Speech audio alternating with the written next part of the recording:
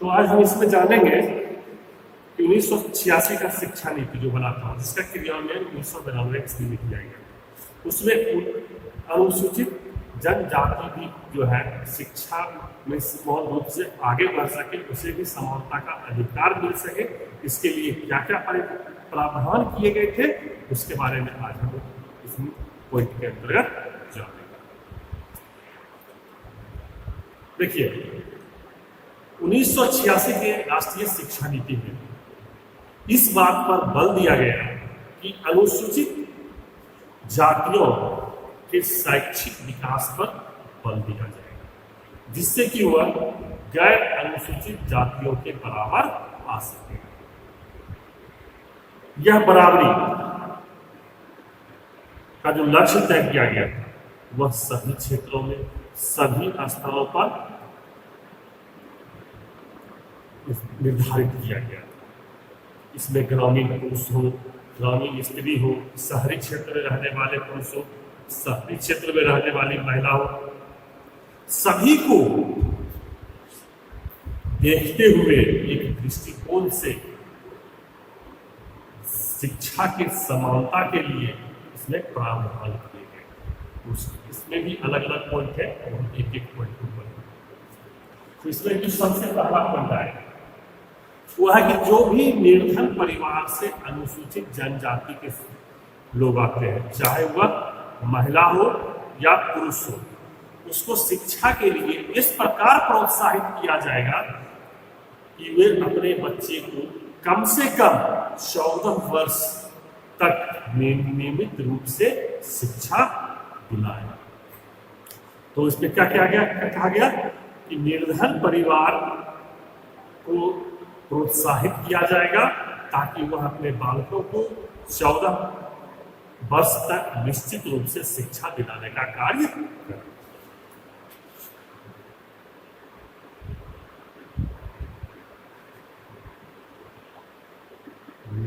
परिवार प्रोत्साहित किया जाएगा कि वह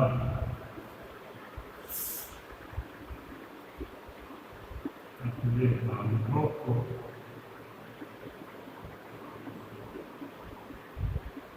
14 वर्ष तक की शिक्षा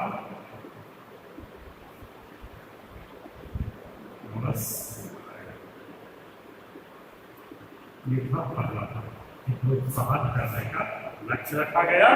निर्धन परिवारों को प्रोत्साहित किया जाएगा। दूसरा पॉइंट जो है,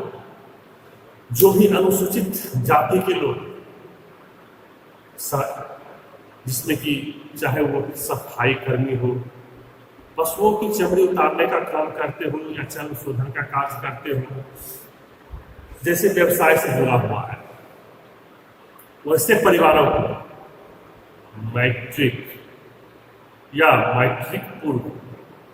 छात्रवृत्ति दिया जाएगा। और यह छात्रवृत्ति जो है पहली कक्षा से ही प्रारंभ कर दिया जाएगा। ऐसे परिवारों को के लिए कितनी उसकी आय है, इस पर बिना ध्यान दिए हुए उनके सभी बालकों के लिए इस योजना को शुरू किया गया था कि उसके सभी बालकों को इस योजना में शामिल किया जाएगा तथा उसके लिए समयबद्ध कार्यक्रम प्रारंभ किया जाएगा। तो ये जो दूसरा पॉइंट हमें ये कह रहा है कि जो भी अनुसूचित जाति के व्यक्ति, जो सफाई कर्मी हो, चर्म शोधन कार्य से जो के व्यवसाय से जुड़े हो या फिर कोई और कार्य करता है, तो उनके बालकों को मैट्रिक तक छात्रवृत्ति की व्यवस्था की जाएगी। और यह व्यवस्था जो है प्रथम कक्षा से ही प्रारंभ कर दी जाएगी, ताकि बच्चों की शिक्षा का बोझ उन परिवारों पर नहीं पड़े। और इस योजना में उस समय किसी भी तरह के भेदभाव को दूर रखा गया था। कहा गया था कि जो भी अनुसूचित जनजाति के बालक है, उस बालकों को इस योजना में शामिल किया। दूसरा पॉइंट आपका कहता है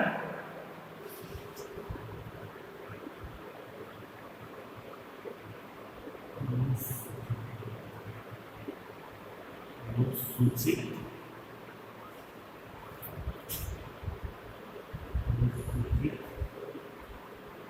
जाति के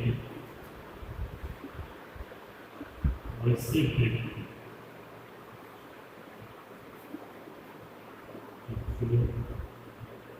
सप्लाई करनी हो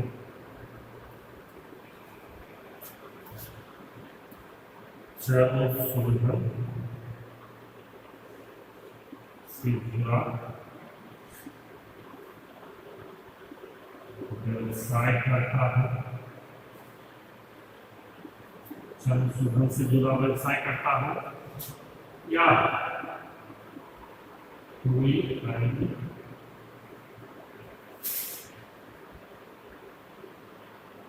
व्यवसाय करता है। वैसे सभी परिवार के बालकों के लिए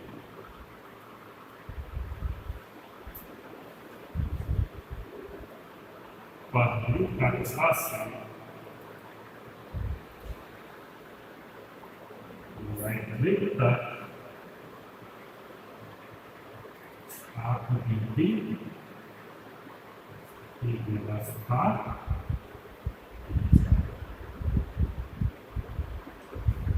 तो ये था अनुसूचित जनजाति के शिक्षा के समानता के लिए दूसरा प्रयास कि गरीबी की वजह से हो या किसी अन्य वजह से हो जो अपने बालकों को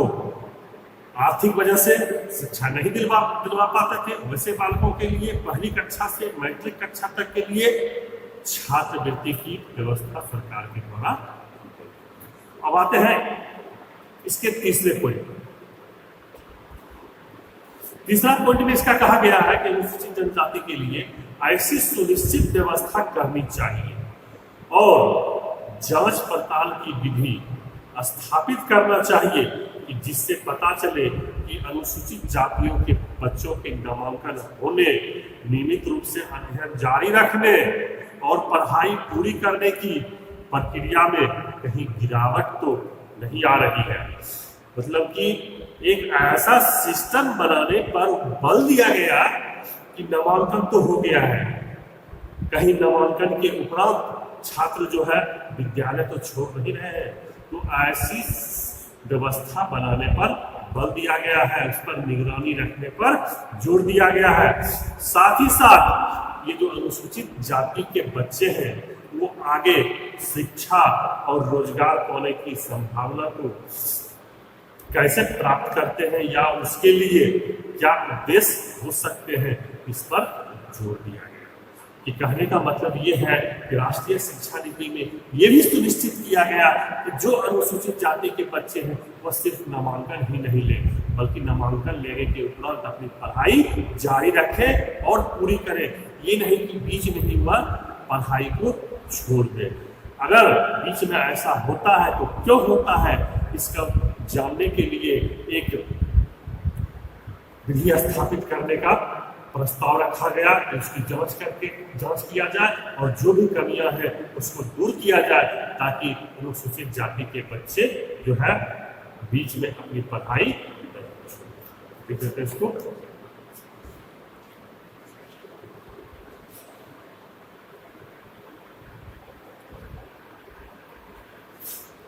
इसका तीसरा पॉइंट आता है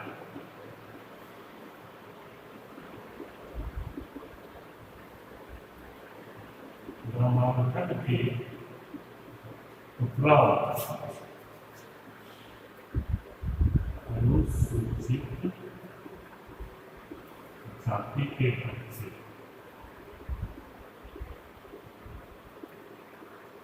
बीच में अपनी पढ़ाई छोड़ देते, इसके लिए एक विधि सम्मत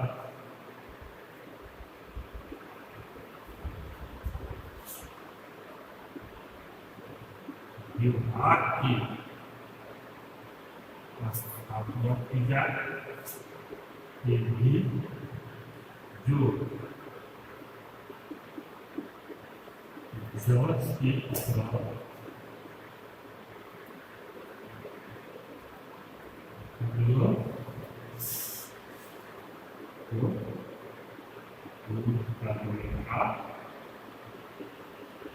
प्रयास,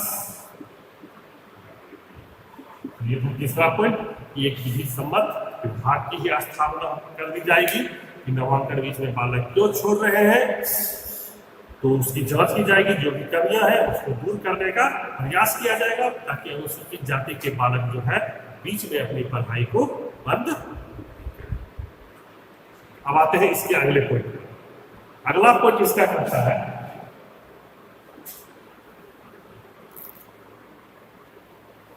कि जिला केंद्रों पर अनुसूचित जातियों के छात्रों के लिए छात्रावास की सुविधाएं को क्रमिक रूप से बढ़ाया जाए। क्रमिक रूप से मतलब धीरे धीरे, जैसे अभी आवश्यकता 10 कमरों की छात्रावास की है, अभी 10 कमरे की छात्रावास बना दिया जाए तत्काल रूप से, फिर आगे आवश्यकता अगर 20 कमरों की है तो फिर उसमें 10 कमरे जोड़ करके उसमें 20 कमरे क्या दी जाए। तो इस प्रकार से एक क्रमबद्ध रूप से छात्रावास छोटे स्तर से शुरू करके बड़े स्तर पर बढ़ाया जाए और ये सभी देश के सभी जिला केंद्रों पर ऐसे अनुसूचित जातियों के लिए छात्रावास बनाया जाए। अगला पॉइंट है जिला केंद्रों पर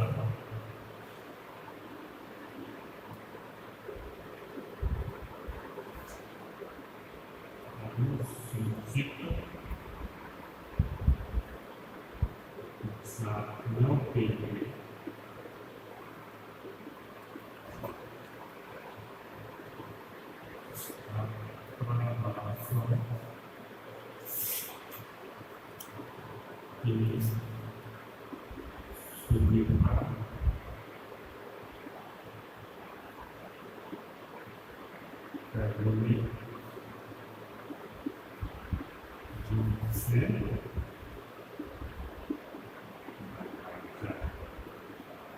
जो भी जिला केंद्र है उस सभी जिला केंद्रों पर, देश के सभी जिला केंद्रों पर अनुसूचित जनजाति के छात्रावासों का निर्माण तथा उसकी कैपेसिटी बढ़ाने का लक्ष्य जो है वो निर्धारित किया गया ताकि वो अनुसूचित जाति के बच्चे रह करके शिक्षा ग्रहण कर सके। ये था आपका चौथा पॉइंट। अब आगे इसमें बढ़ते हैं और आते हैं इसके अगले पॉइंट पर। अगला पॉइंट जो है तो अनुसूचित जनजातियों की शिक्षा के समानता के लिए स्कूल भवनों या फिर प्रौढ़ शिक्षा के केंद्र चुनते समय अनुसूचित जनजातियों के व्यक्तियों की सहूलियत पर ध्यान दिया जाए। सहूलियत पर ध्यान दिया जाए का मतलब यहाँ क्या है कि जिस क्षेत्र में अनुसूचित जनजाति की संख्या अधिक है, अनुसूचित जाति की संख्या अधिक है, वैसे स्कूल में वैसे क्षेत्रों में उनके लिए विद्यालयों की स्थापना की जाए, विद्यालय भवनों की स्थापना किया जाए, फिर या वैसे ही क्षेत्रों पे प्रौढ़ शिक्षा की व्यवस्था की जाए ताकि अनुसूचित जनजाति के बालक या प्रौढ़ वहां पर शिक्षा ग्रहण कर सके। पांचवा पॉइंट होगा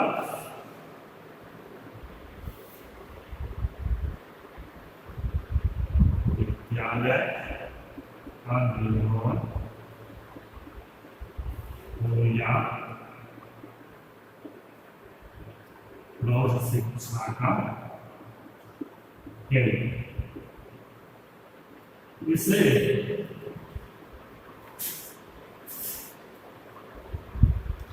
अनुसूचित जाति के क्षेत्र के नजदीक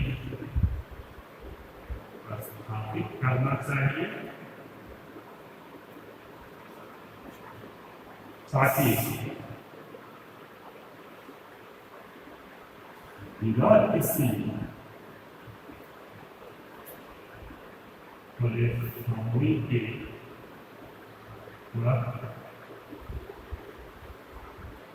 उसका लाभ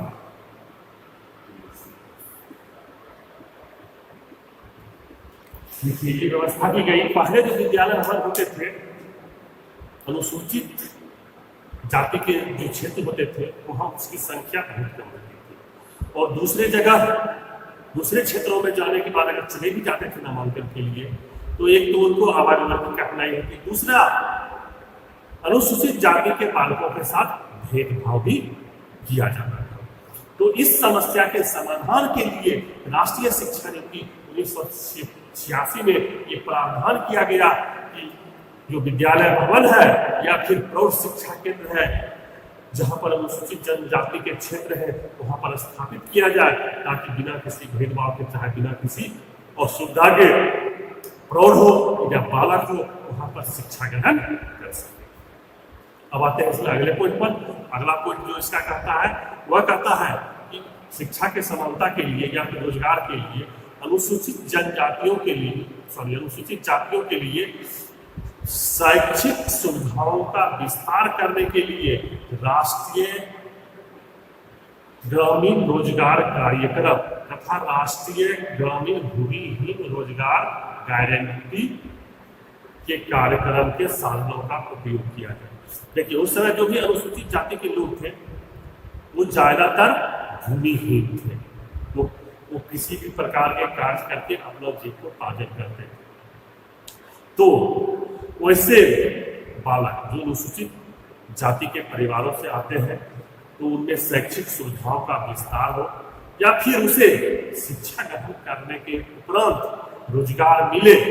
इसके लिए यह राष्ट्रीय शिक्षा नीति 1986 में प्रावधान किया गया कि राष्ट्रीय ग्रामीण रोजगार कार्यक्रम तथा राष्ट्रीय भूमिहीन रोजगार गारंटी कार्यक्रम योजना चालू करे कि जहां शिक्षा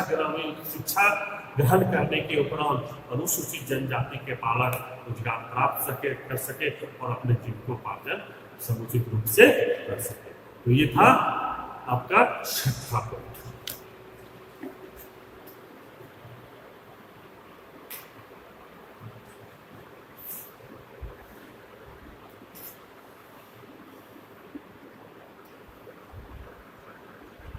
शिक्षा प्राप्त करने के उपरांत रोजगार के लिए अनुसूचित जाति के लिए राष्ट्रीय ग्रामीण रोजगार कार्यक्रम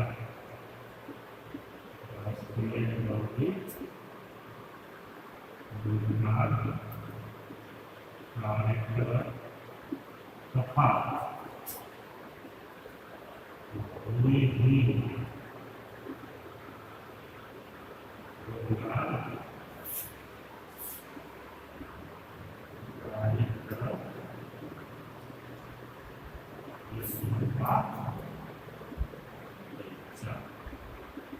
ये था छठा पॉइंट कि कैसे शिक्षा में समानता आएगा, रोजगार में समानता आएगा उसके लिए।